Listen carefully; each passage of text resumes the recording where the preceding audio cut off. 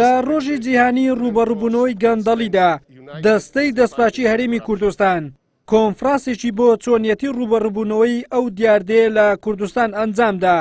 سەرۆکی دەستەکەش گێڕانەوەی متمانەی هاوڵاتیان دەبەستێتەوە بە دژایەتیکردنی گەندەڵی. بەپێی ئامارێکی دەستەی دەستپاچی قەبارەی گەندەڵی لە هەرێمی کوردستاندا 423 ملیار دینارە. تا ئێستاش 1027 داوای سزایی هەبووە.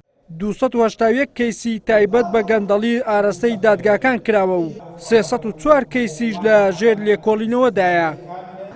کۆی قەبارەی گەڵنەڵی خەونێنراو لەو ژمارەیە کە بۆم باسکردن تەقدیر دەکرێت بە 423 ملیار کەواتە ئەوە ناوەڕۆکی ئەو 1027 کەیسە زاییە و علاقەی بە کەیسەکانی تری هەواڵدەری و زانیاریەوە نییە.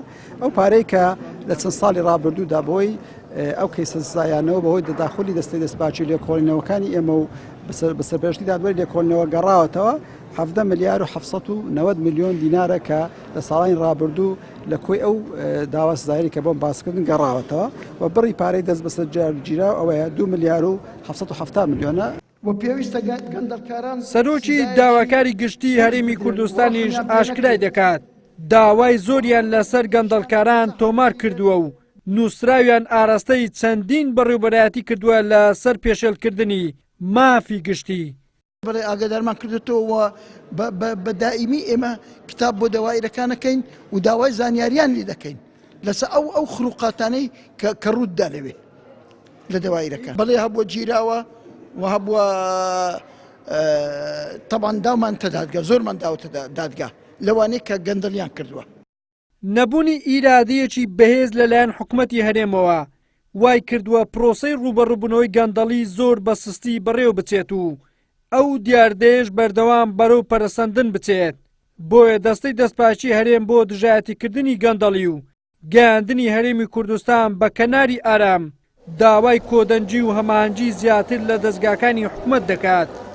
بەرەنگاربوونەوەی گەندەڵی پێویستی بە دەستە جەمعی هەیە، پێویستی بە هەموو لایەنە سیاسەکان هەیە کە باسی ئیرادی سیاسەکە هەموو لایەنە سیاسەکان ناوی بربەست بخەنە پێشی و ناژبی بە تەنها ئیشەکە بە حکوومەت دەکرێت نە بە دەستەی دەستپاش دەکرێت نە بە پەرلەمان دەکرێتن بە هەموو دەستگاکان پێکەوە دەستگا چاودێریەکان هەموو پێکەوە و زائیدەن لایەنە سیاسەکان و دەستگاکانی ڕاگەیانیش ببنە پاڵ پشتێک لە بۆ بەرەنگاربوونەوەی گەندەڵی. هەرێمی کوردستان یەکێکە لەو ناوچانەی لە سەر ڕووی زەوی بەهۆی گەندەڵیەوە دەناڵێنن. بەردەوامی ڕێژەی ئەو نەخۆشیە کوشندەیە لە بەرزبوونەوەدایە. حکوومەت و پەرلەمانیش لە ئاز ئەو دیاردەیە دەستەوەستان و تا ئێستا نەیانتوانیوە بربەز لە بەردەمی دابنێن. ڕەنگە ئەمەش بۆ ئەوە بگەڕێتەوە بەشی زۆری ئەو کەسانەی بە گەندەڵیەوە تێوەگڵاون ئەو بەرپرسانن کە خۆیان بە سەرووی یاسا دەزانن. وەلی سەلیم کەناڵی ئاسمانی پێم هەولێر.